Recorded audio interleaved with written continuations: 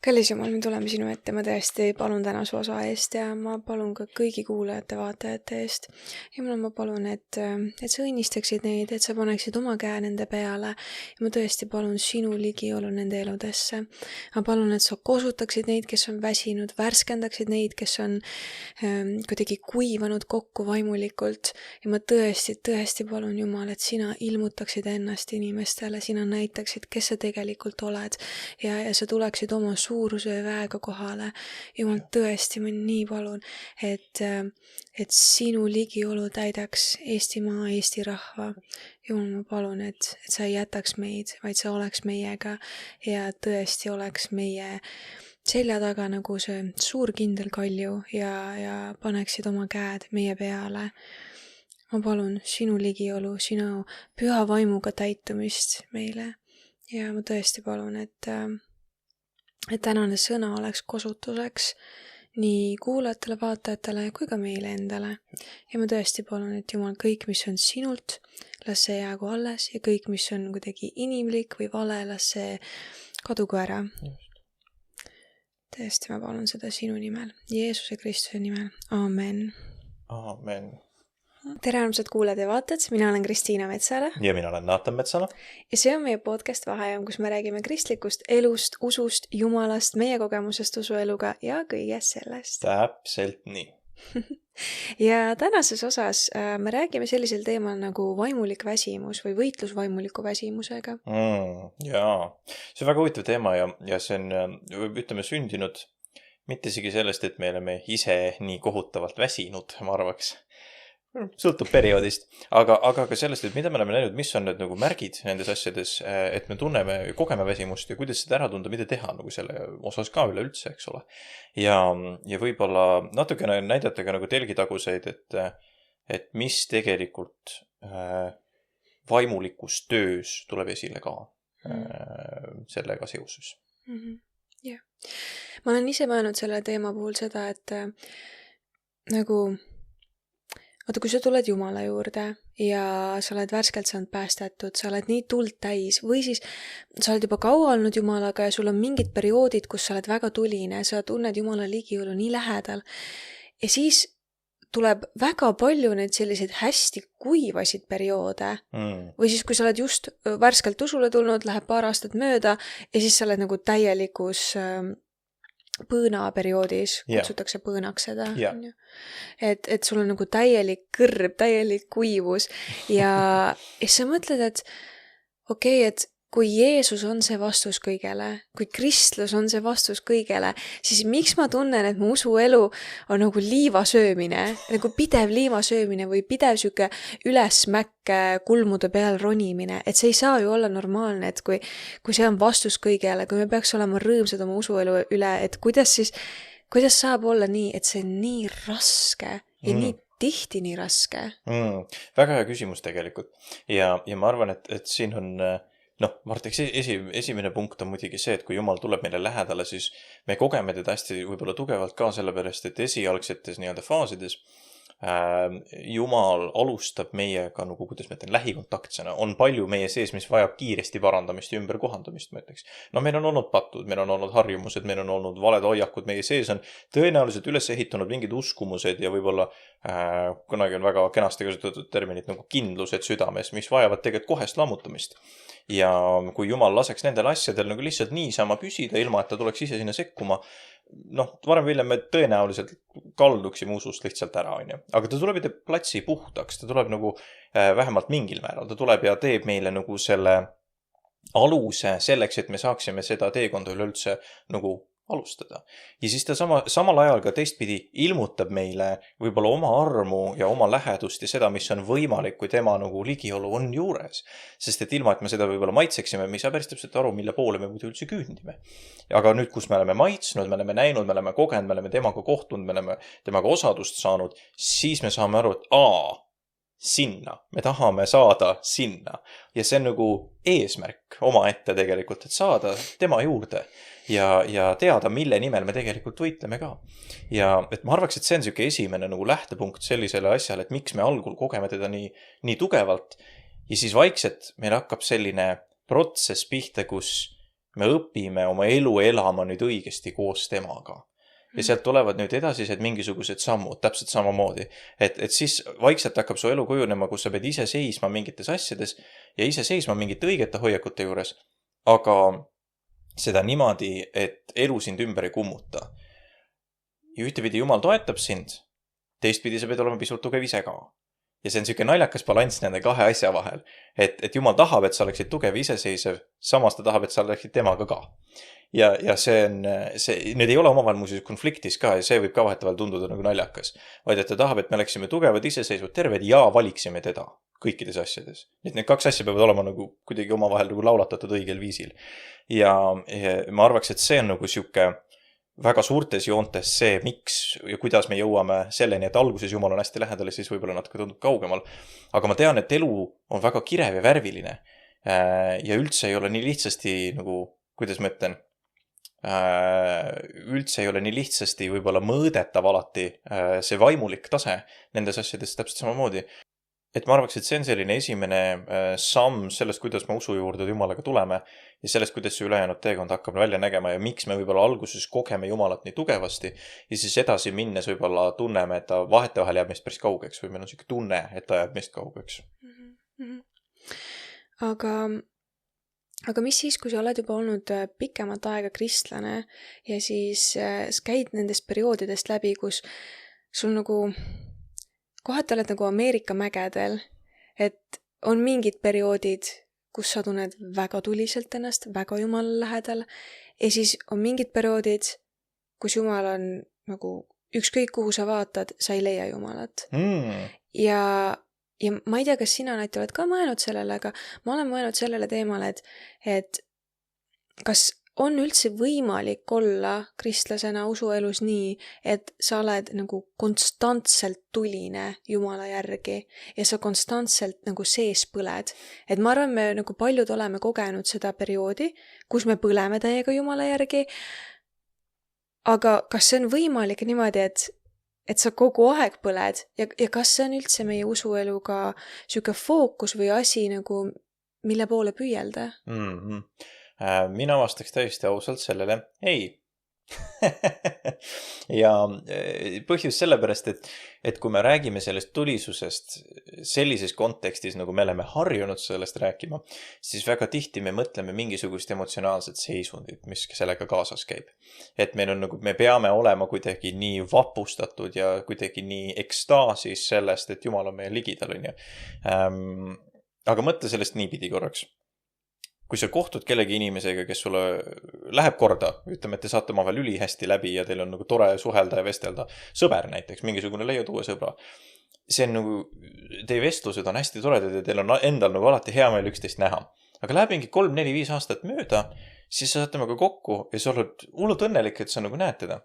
Aga see ei ole selline samasugune selline, kuidas ma ütlen, lapsik entusiasm, millega sa jälle nagu näed seda inimest, kui sa oled teda regulaarselt näinud ja järgmised 3, 4, 5 aastat.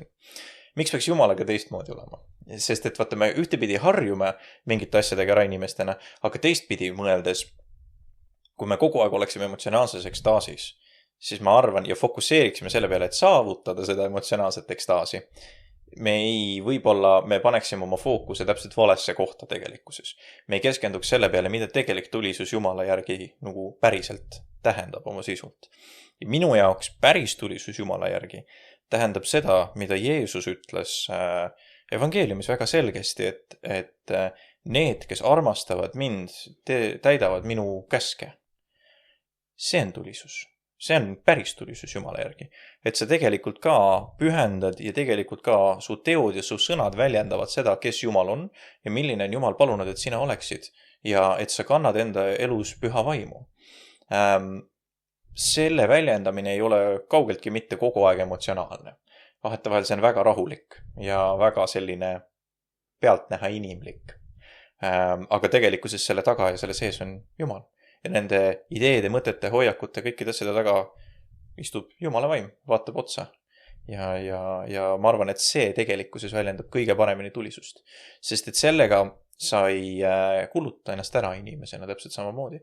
Ja ometigi sa elad oma elu järjest lähemale Jumalale ja Jumalale vähemalt. See on see, kuidas minule tundub, aga mis sa arvad? mina arvan, et jaa. Mm. Aga tegelikult ma väga nõustun sinuga just selles mõttes, et ma arvan, et me peaksime ümber defineerima enda jaoks, et mida tähendab üldse tulisus Jumala jaoks või Jumala järgi, et selles osas ma täiesti nõustun sinuga, aga ma arvan, et me peamegi taotlema seda tulisust tema järgi, et meie sees oleks see pidev lõke, see leeg sees, see süda, mis tuksub Jumala järgi, need silmad, mis tahavad ainult vaadata Jeesuse peale, et see oleks meil pidevalt nagu eesmärgiks, et me muutuks iga päev üha rohkem ja rohkem Jeesuse sarnasemaks. Ja ma täiesti nõustun sinuga selles alas, et see tulisus on nii vähe seotud emotsioonidega. Et see emotsionaalne ekstaas, mida sa kirjeldasid, et see on nii tõsi tegelikkuses, sest et me võime vahepeal tõlgendada seda tulisust Jumala järgi hoopis sellega, et me üritame oma tegudega välja teenida Jumala armastust.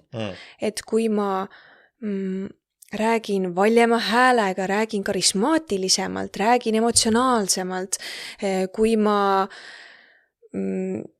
palvetan rohkem ja ülistan rohkem ja nii edasi, et siis järelikult Jumal armastab mind rohkem, ma olen erilisem Jumala jaoks ja siis järelikult ma ju tunnen rohkem, järelikult ma olen ju tulisem Jumala järgi.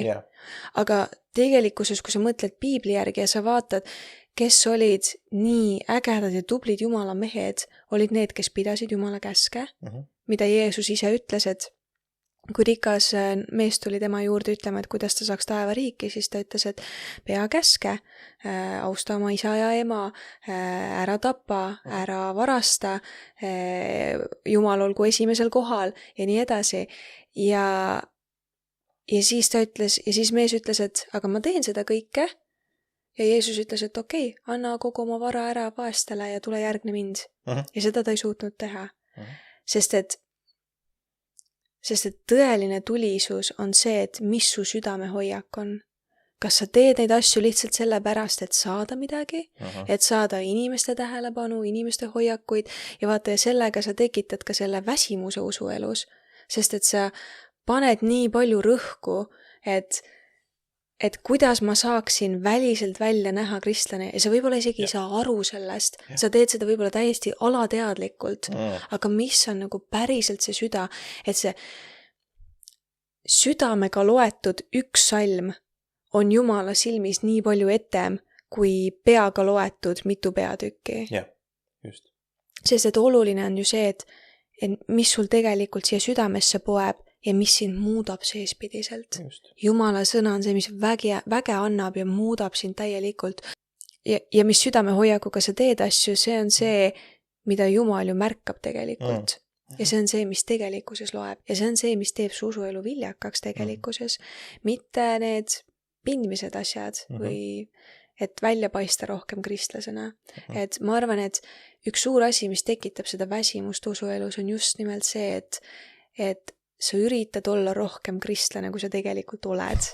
Või et sa üritad, et kui sa oled uuesti sündinud, siis sa oled kristlane. Aga ma räägin, et meie peas on lihtsalt nagu mingi ideaal väga tublist kristlasest.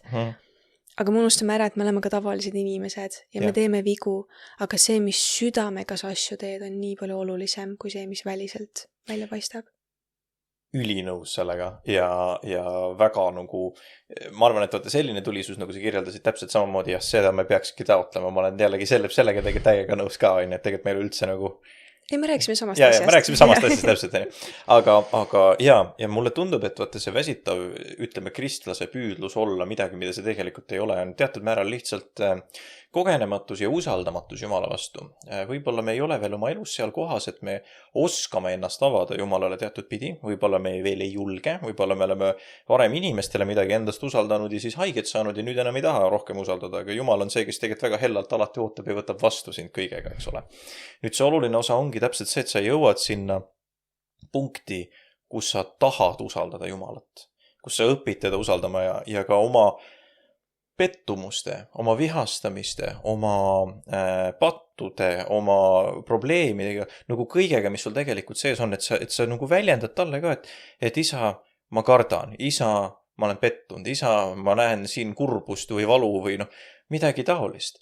Sellepärast, et kui sa saad seda päris ehedust Jumala ette anda, siis usu mind, Jumal päris ehedalt vastab sulle ka.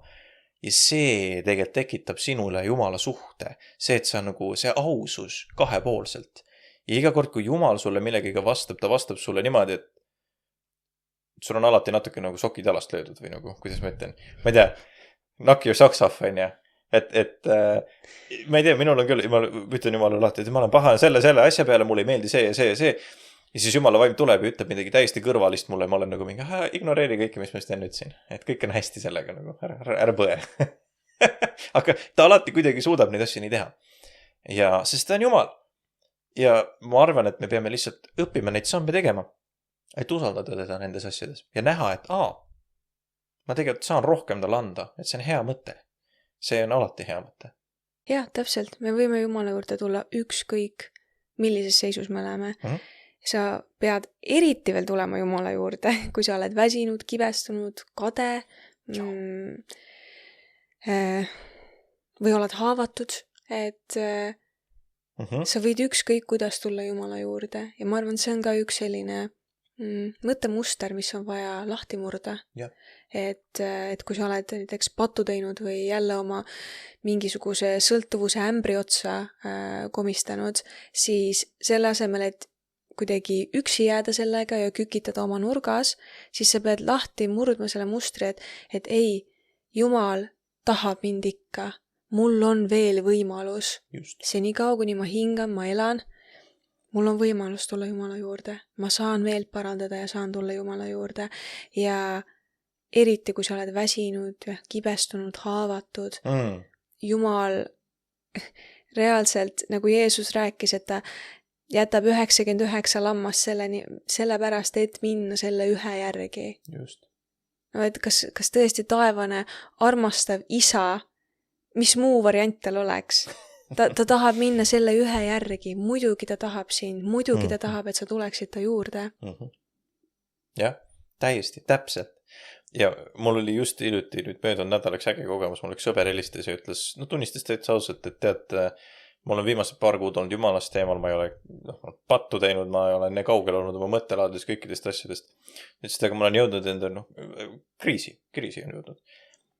Ja ütles, et esimene asi, mis ma tegin, oli, et ma viskasin põlvili, palusin Jumalat andestust ja keerasin nagu kogu täiega, ütlesin, et Jumal, palun nüüd aita mul kõik asjad korda panna ja palun sina juhi ja tee, et anna andeks, et ma olen ülbe olnud ja läinud oma teed. Ja siis me rääkisime seal nendest mingitest detailidest asjadest ja mis kohas, mida, kus vaja on ja aga ma ütlesin talle kohe, et tead, kallis mees, sa oled juba võitnud. See esimene samm, et sa kogu täiega pöörasid Jumala poole, ütlesid, et anna andeks, ma tulen tagasi, ma tahan, teeme neid kõik korda, aga palun sina juhi, ma ei taha ilma sinuta. Korras. See ongi nagu, see on nagu see esimene suur samm. Jah, sealt edasi ilmselt tuleb võib-olla paar valusat otsust teha, elu ümber natukene pöörata, kujundada. Aga sa oled juba võitnud, sest et sa oled juba Jumalaga.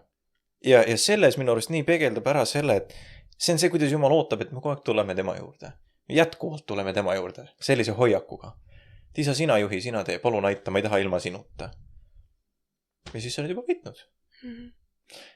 Me tuleme Jumala juurde mitte muudetutena, vaid me tuleme Jumala juurde, et saada muudetud. Vot see oli see, mis me rääkisime seda isegi märkmeid tehes. Mul tuli sinu jutu peale, tuli meelde, vot sellise hea tabav lause. Ja see on see rõhuasetus. Ükskõik, kus sa täna oled, sa tuled siia selleks, et muudetud saada. Ja selleks sa pead olema aus Jumalaga. Ja tead, vahepeal me nagu ei saa arugi isegi, et Jumal töötab meie sees, sest et me oleme nii kinni kuidagi selles ühes asjas. Üks asi, mis meie jaoks vajab kohest muutust. Oled näiteks mingi sõltuvusega kinni, on ju, näiteks mingi pornograafia või alkohol, on ju. Ja siis sa nagu vaatad ainult selle sõltuvuse peale, ja sa vaatad, kuidas saada sellest lahti. Aga sa ei näe, et Jumal tegeleb nagu kõige muuga su elus ka veel. Et ta nagu vaikselt harutab lahti mingeid asju, mille tulemusel sul on tegelikult see sõltuvus või teine sõltuvus või mingi muu probleem. Et sa näed nagu seda kännukest, aga sa ei näe, kuidas Jumal juurib lahti neid sügavaid juuri sealt. Nagu neid eemaldab ära, et saaks selle kännu lõpuks ära eemaldada, on ju. Jaa, mina olen enda elus kogenud täpselt samasuguseid asju tegelikult just selle poole pealt, et ühtepidi sa istud ja maadadki sellega, et appi mul on see probleem või too häda või mingisugune patt või sõltuvus või mis iganes. Ja samal ajal Jumal ehitab su ümber suhteid, samal ajal Jumal paneb sulle ette võimalikke karjääre, samal ajal Jumal aitab sind koolis, samal ajal Jumal, nagu kõik muu ümberringi ehitub vaikselt üles selle poole, kuhu Jumal tahab sind tegelikult suunata ja viia.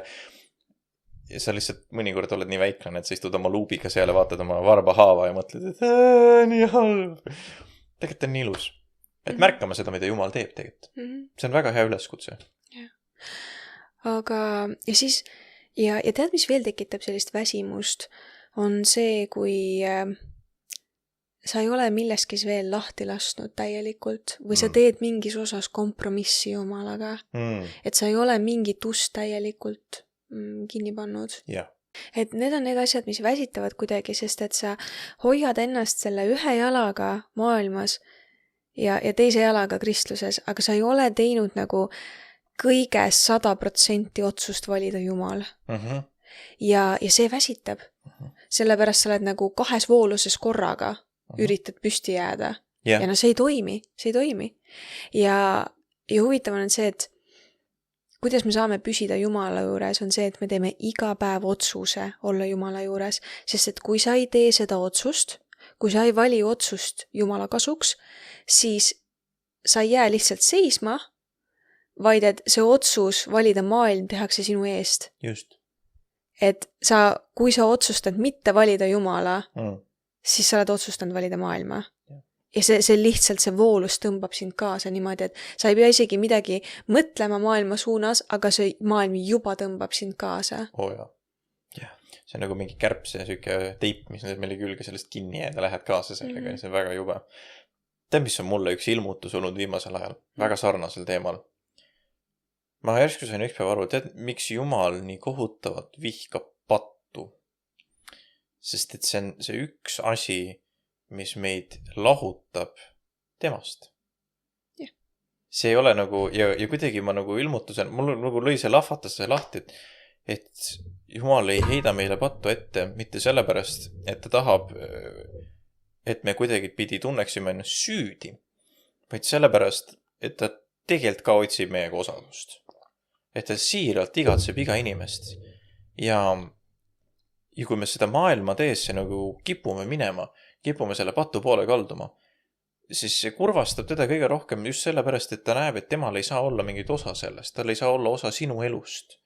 Ja see on kurb, sest et ta isana tahab olla sinu elus tegelikult olemas. Ja ta tahab, et ta oleks ka seal ja sina oleksid koos temaga seal. Ja ta näeb, et see oleks ilmselgelt parem ka, on ju. Aga et ta tegelikult igatseb inimestega kontakti. Ja see kuidagi peegeldab Jumala südant minu arust nii palju paremini. Ja ma ei... Et see on nagu see palju olulisem asi, miks nagu mõelda sellele täpselt samal, miks Jumal nii väga pattu vihkab näiteks.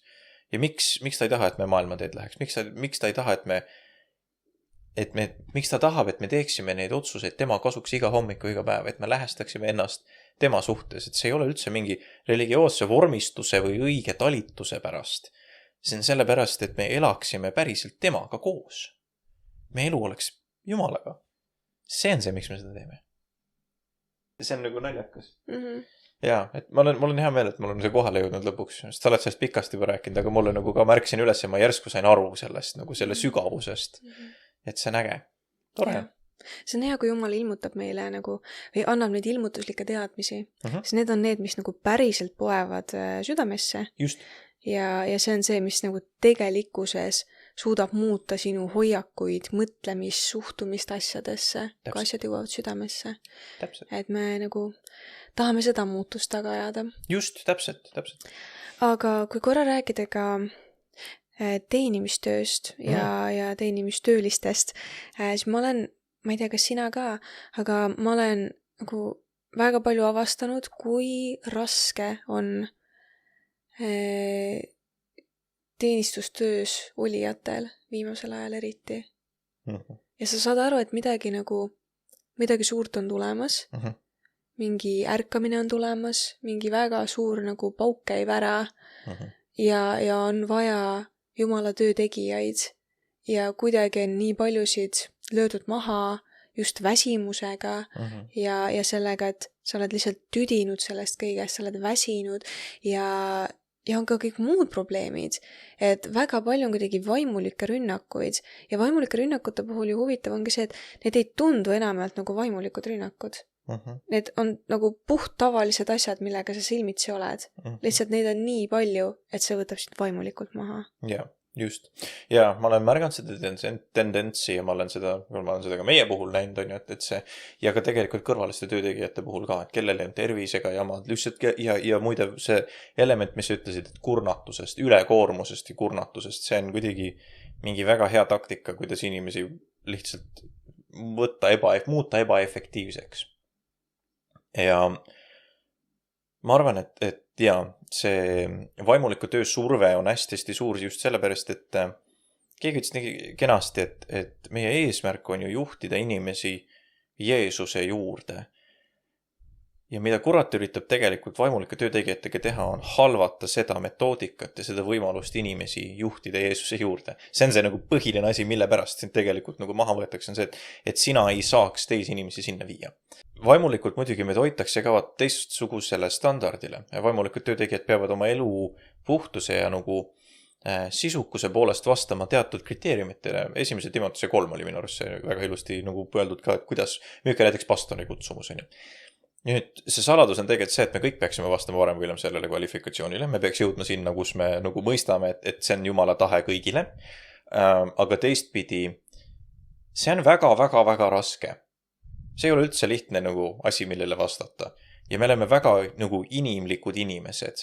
Ja ma arvan, et kõige maailma keskel väga on keeruline toime tulla oma inimlikkuse ja selle vaimuliku töö balansiga.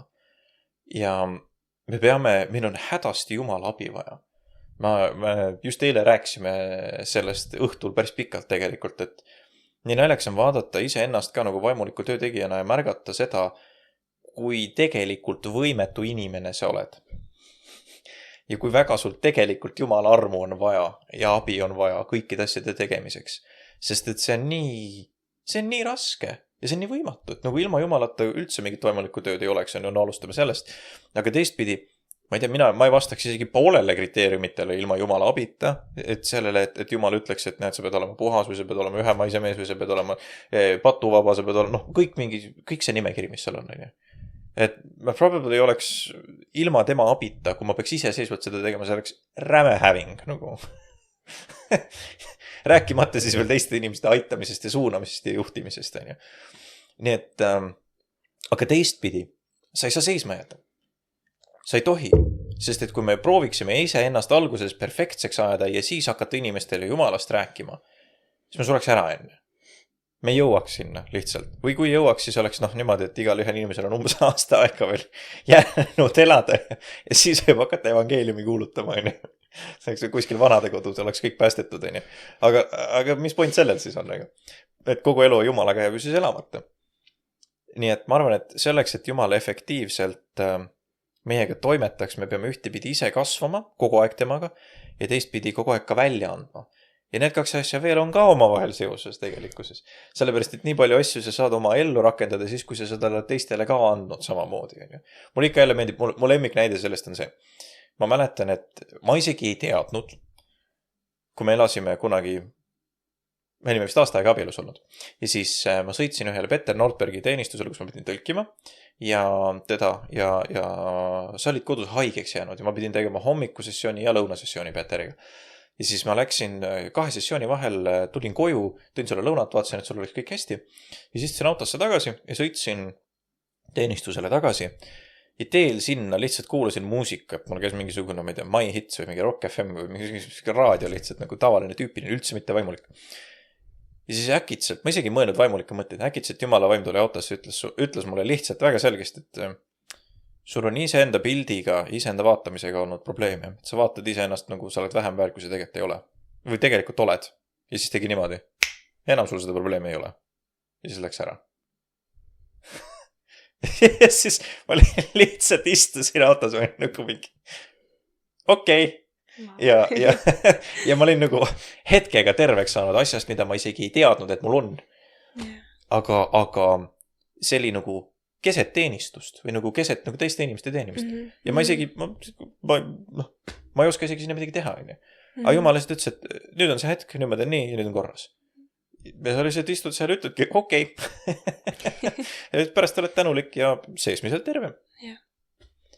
Aga samas ometigi, ega ju enne seda ma ju juhtisin ka inimesi Jumala juurde. Vahet pole, et ma võib-olla mõne koha peal arvasin iseendast näiteks halvemini. Ma ei saanud ju seisma jääda selle pärast ka. Ja see on hästi keeruline dünaamika, mida vaadata, eriti kiriku nagu juhtimises. See on hästi raske asi vaimulikus töös. On see enda inimlikkuse ja enda kasvuruum pluss siis see vaimulik ja teiste inimeste juhtimine. Selle balanssi nagu järjepidevalt vaatamine, dünaamikaga mängimine on üks keerulisemaid asju. Et mul on tunne, et selle dünaamikaga mängimine on ka üks asi, mis tegelikult hästi palju väsitab meid tegelikkuses, eriti vaimuliku töö tegijatena. Paratamatult see on päris suur koorem, mida kanda tegelikkuses. Aga mis sa arvad, kuidas vaimulik töö vaimuliku väsimusega kokku käib ja miks see omavahel ka seotud on? Jah, käib kokku vahest. Tead, mina mõtlesin alati niimoodi, et kui sul on vaimulik väsimus, et siis järelikult sa pead kõigepealt alustama sellest, või kui sul on vaimulik väsimus või oled vaimsete rünnakute all, siis sa pead alustama sellest, et sa pead selle füüsilise aspekti paika saama, et kõigepealt uni, toitumine, liikumine. Ja siis ma kogesin ise läbi umbes vist mingi kolmveerand aasta vältel, on ju, kuidas sa ei saa panna oma und paika, sellepärast, et sult röövitakse see ära. Sa ei saa magada 8 tundi, sest sa näed kogu aeg õudukaid ja sa ärkad keset ööd ülesse ja nagu sa ei suuda magada lihtsalt. Ja kui sul on nii kiire, sa ei jõua vaadata oma toitumist niimoodi ja liikumine samamoodi, on ju, et nagu ma ütlesin enne, et see vaimulik võitlus või see vaimulik sõjapidamine või vaimulikud rünnakud ei ole nii väga nagu, nad ei tundu sulle esialgu vaimulikena. Sa saad alles hiljem aru, et Isver, see, et mu une kallale tuldi, mu muud asjade kallale tuldi, abielu kallale tuldi ja kõik nende asjade kallale, et siis, need olid need vaimulikud rünnakud. Ja ma sain aru, et siin peab olema mingi muu asi peidus, mingi muust asjast peavad need asjad algama. Et see muutus peab algama muust asjast, et kuidas tulla välja sellest vaimulikust väsimusest, sellest, et sa oled kuidagi olnud rünnakute all. Ja sellest kõigest saab välja tuua ainult Jumal. Nüüd, aga kuidas sa saad tulla Jumala juurde niimoodi, kuidas sa saad tulla selle põhjuse juurde, kes sind toob nendest asjadest välja? Kõigepealt sa pead tahtma tulla Jumala juurde. Ja väga paljudel on see, et meil puudub tahe tahta Jumalat. Ja sellest me peame alustama kõigepealt. Et kui sa oled kuidagi vaimulikult nii ära väsitatud ja räsitud, siis sul ei ole tahet isegi avada piiblit. Sul ei ole tahet palvetada, ülistada, minna teenistusele. Sul ei ole tahet tahta Jumalat. Nii et sa pead sellest alustama. Kuidas seda teha? Palu Jumalalt. Ma mäletan ikka, kuidas, kui ma tulin Jumala juurde tagasi, siis ma olin nagu täielikus augus, on ju. Ja siis ma palusin lihtsalt ühte palvet, sest ma ei suutnud tahta Jumala juurde tagasi tulla enam. Mind ei huvitanud lihtsalt Jumal enam. Ja siis ma lihtsalt palusin, et Jumal, anna mulle tahet tahta sind. Pool aastat palvetsin seda ühte palvet ja siis järsku ärkan üles, mul oli tahe lugeda piiblit, tahe palvetada. Tahe oli sees tahta Jumalat. Ja kui sul on see tahe olemas, siis nüüd see teine asi, mis ma avastasin, mis on see võti, mis keerab lahti su üks viljaka usuelu, on suhtumise muutumine. Et sa ei otsi asjadest enam vigu, vaid sa õpid olema tänulik. Sa otsid neid kohti, kus olla tänulik. Sa muudad oma suhtumist. Ja kui sa muudad oma suhtumist, see on see, mis tegelikult nagu see, et sa tahad Jumalat ja siis sa muudad suhtumist. Mitte, ma pean piiblit lugema, ma pean palvetama, vaid ma saan piiblit lugeda, ma saan palvetada. Kui äge, Jumal, me saame koos aega veeta. Mul on 10 minutit pausi. ma lähen teen ühe ülistuse ja palve. Ja sa muudad oma suhtumist ja sa enam ei otsi asju, nagu sa ei otsi vigasid enam asjadest, vaid sa otsid neid momente, kus sa saad tänulik olla. Jumal, aitäh sulle selle pere eest, mis sa mulle kinkinud oled. Aitäh selle töö eest, et mul on stabiilne töö, kuhu minna ja millega oma pere üleval pidada. Just. Aitäh nende momentide eest, aitäh sulle Jumal. Ja sa otsid neid tänulikkuse momente, sest et sul ei saa olla südames samal ajal tänulikkus ja kibestumine. Just. Tänulikkus ja kadedus. Tänulikkus ja muud asjad. Et sul ei saa olla, sa ei saa teenida kahte issandat. Jah, see on tõsi. Sa ei saa teenida maailma ja siis Jumalat. Sa pead valima ühe. Ja tänulikkus asjade eest, see nagu see võtab välja kogu pahnasu seest. See, et sa õpid olema tänulik asjadest ja see, et sa otsid tänulikkust. See, et sa otsid tänulikkust, ongi see, et sa otsid Jumala tööd oma elus. Sa otsid Jumalat oma elus. Ja selline suhtumine on väline märk sellest, mis su südame sees toimub. Mis on su südame hoiak. Ja tead, nagu me ise käisime ka päris sükse suure nagu väsimuse perioodi läbi, vaimuliku väsimuse perioodi ja meil juhtus nagu väga-väga palju asju nüüd mingi poole aasta jooksul või 3 aasta jooksul umbes. See kadalip oli ikka päris julm, jah? Ja, täpselt, et ma ei tea, me ei ole küll sa võid rääkida sellest. Okei.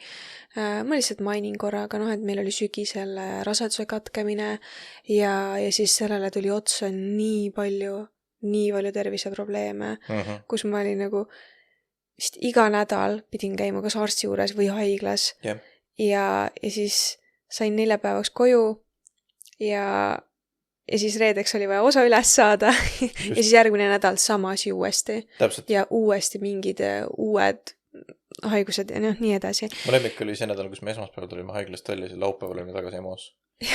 oli nagu mingi... Reaalselt, see oli hästi väsitav periood ja see lihtsalt võtab sind nagu füüsiliselt nii läbi ja ongi see, et sinu jaoks vaata nagu osa maailma kukub kokku, aga kõigi teiste jaoks see läheb edasi. Just. Ja sa pead ikka olema lapsevanem edasi, sa pead ikka tegema tööasju edasi ja sa pead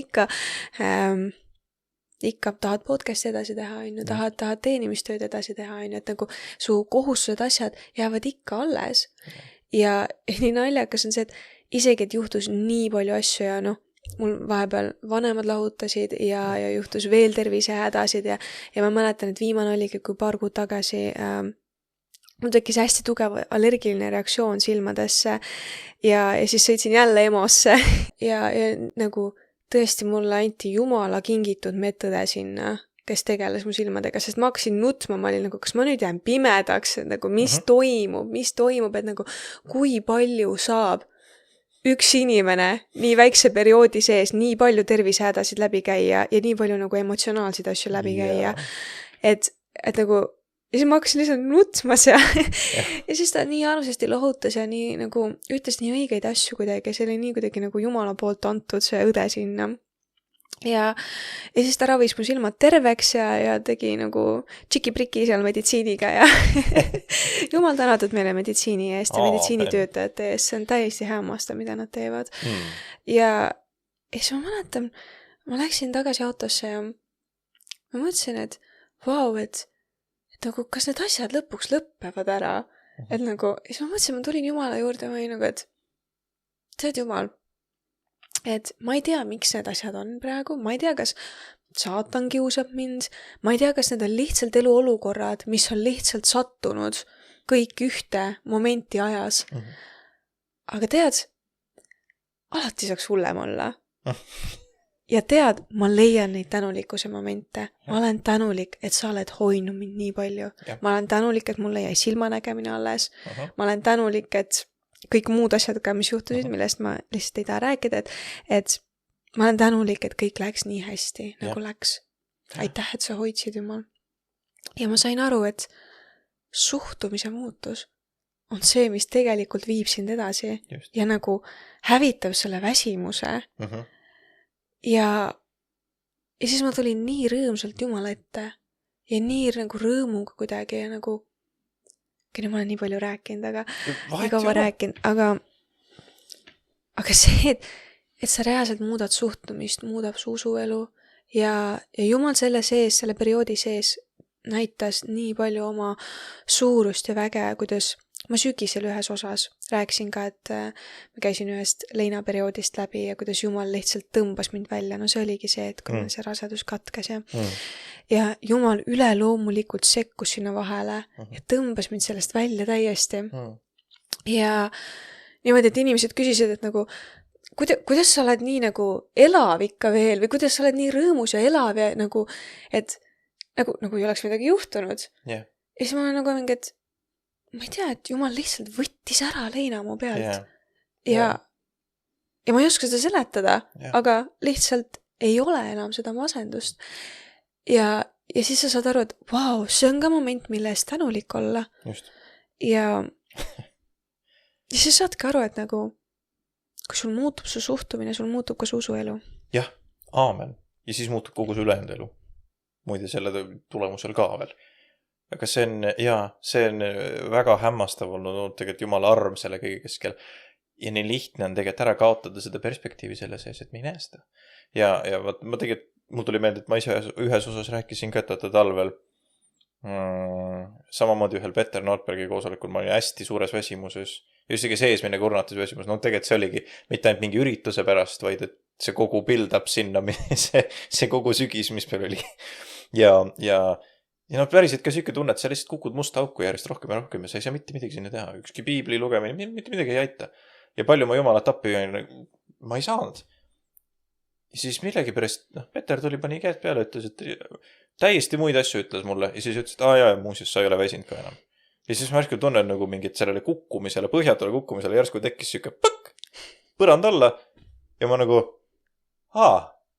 oleks just 2 nädalat maganud ja siis ainult piiblit lugenud ja see on nagu vaimselt puhand ja vaimulikult puhand ja ütlesin, et nüüd ma jälle jaksan. Okei, läheme edasi. Aga täielik ime on ja. Ja sa ei teeni seda välja kunagi. Seda Jumala abi ja tuge seal. Aga sul on võimalus see maha magada. Sa võid nagu lihtsalt niimoodi jätkata või edasi minna kõige selle keskel, et sa ei mõtle sellele, sa ei ole tänulik selle eest ja tänu sellele sa magad maha selle liikumise, kuidas Jumal su elu liigutab tegelikult.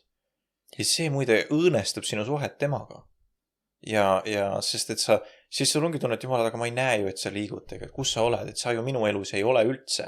Vahet pole, et sa tegelikult oled mu ümber teinud 128 imet, aga mina ikka keskendun oma varbahaavale. Et sul on õigus. See suhtumise muutumine on kõige muutumine. Täiesti. See oli nagu minu ilmutuslik teadmine. Sa oled nagu kraad ees must, vaata, sorry. Sure, kindlasti. Ja sealt samme edasi, kuidas sa jõuad sellest väsimusest täiesti välja. Kui sa oled muutnud oma suhtumist, siis piibel, palve, paastumine, armulood. Peale eelmist osa, kui kes veel ei kuulanud, siis armuloo osa see põhiline fookus oli see, et kui oluline ja eluandev see on tegelikkuses. Just. Kuidas Jeesus on selle seadnud meile. Ja sa hakkad tegema oma usuelus neid asju, mis on päriselt neid vundamenti loovad asjad ja päriselt su usuelu üles ehitavad asjad. Just, täpselt kusjuures. Aamen. Ja siis sa avastad varem veel, et olenemata sinu olukordadest elu on nii ilus. Ja nii väärt elamist ja inimesed on ägedad ja sa oled tänulik ja sa oled rõõmus. Aga see on nagu hoiakute muutuse ja suhtumise tulem, mitte asi, mida sa taga ajad otseselt. Siis avastad, et elu on rõõmus. Ja me olemegi, ma ei tea, kas see on nüüd lihtsalt Jumala kingitus vastupidi või me just oleme hiljuti arutanud ka seda. Meie igapäevaelu on nüüd täidetud nii palju rõõmuga kogu aeg. Meil on omavahel nii tore, meil on lapsega nii tore, nagu meil on siuke, ärkad üles, iga päev oleks nagu päiksetõus lihtsalt, Ja see on nagu reaalselt, nagu sa oled nagu mingi päevad otsa nagu ja see on nii äge. Ja ma olen tootnud tänulik Jumalale kõige selle eest, et see on tänu Jeesus. Jah, täpselt. Ja mingi hetk ka usuelus, see aitab ka, et väsimusega võidelda. Kui sa jõuad usuelus sinna paika või üldse oma elus ka, et sa oled rahul oma eluga. Oh jaa, Sa oled rahul sellega, mis sul on, et sa tunned, et mul on piisavalt. täpselt. Mul ei ole vaja uhkemat autot, uhkemat maja, uhkemat naist, toredamaid lapsi, paremat töökohta veel või siukest nagu, et sa oled nagu reaalselt õnnelik sellega, mis sul on. Ja sa näed seda Jumala kingitust oma elus ja sa oled rahul ja sa hakkad hoolitsema selle eest, mis sulle antud on. Just. Sul on vaja toredamat, paremat ja uhkemat suhtumist. Täpselt. Ja selle teema fookus ongi täna suhtumine lihtsalt. Just. Ja suhtumise muutus. Siis ehk siis kokkuvõttult vaimuliku väsimuse parim ravim on Jumal ja suhtumise muutumine, küsimärk. Jah. Tundub nii. Jumala ligiolu ja suhtumise muutmine ja... Täpselt. Mis on teisiti öeldes meelte uuendamine? Ei ole, okei. Ma ei mõtle mu korra lihtsalt. Jah, minu arust on. Jah, tõesti. Paned nagu need Jumala roosad prillid endale pähe. Jah, on ju. Ma oodan, et me selle vestlusega nagu selle tulemini jõuame tegelikult ausalt öeldes. Ja see on nagu äge vaadata, kuidas ise sa kasvad ka seda tehes ja nagu arutades ja ma ei tea, ma olen nii palju õppinud täna lihtsalt istudes ja vestelnes sellega ja ma olen Jumalale ka selle eest juba nii tänulik tegelikult. Et sa nagu vaatad tagasi, mõtled ise, et vau, näha Jumala armu ja Jumala liikumist oma elus niimoodi on väga eriline, väga eriline. Ma olen Jumalale hästi tänulik. Ja ma ütlen ka, et kui mul tuli see suhtumise muutumine, siis ma lihtsalt tahan kas või julgustuseks öelda, et tõesti see nagu see muudab usuelu nii palju, et ma sain nagu mingi täieliku uue värskenduse, uue hingamise, uue sellise nagu ihu ja jaksu usuellu tagasi. Amen. Et kuidagi nagu tahad ülistada nagu tundide viisi, tahad piiblit lugeda, tahad ja nagu ja siis sa saad aru, mis tähendab see jätkusuutlik nagu tulisus Jumala järgi. Just. Ja kuidagi, ja sa tahad täita käske, sa tahad olla Jumalale meelepärane, sa tahad Jumala asju, sinu tahe muutub Jumala tahteks. Täpselt. Ja need asjad hakkavad muutuma ja nad ei muutu sellepärast, et sa ajad neid tulemeid taga, vaid sa ajad seda põhjust taga, kelleks on Jumal. Täpselt, just täpselt. Ja siis tuleb ka kõik see emotsionaalne tasakaal ja rõõm ja kõik see sinna juurde muide ka, sellepärast et su suhtumine on õige, see need asjad, mida sa otsid, on õige ja Jumal on sinuga. Su perspektiiv, su silmad, su kõrvad on puhtad, ajama taga Jumalat. Jah. Vot.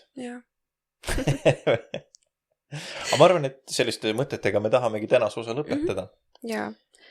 Meil on väga hea meel, et te kuulasite, vaatasite tänast osa.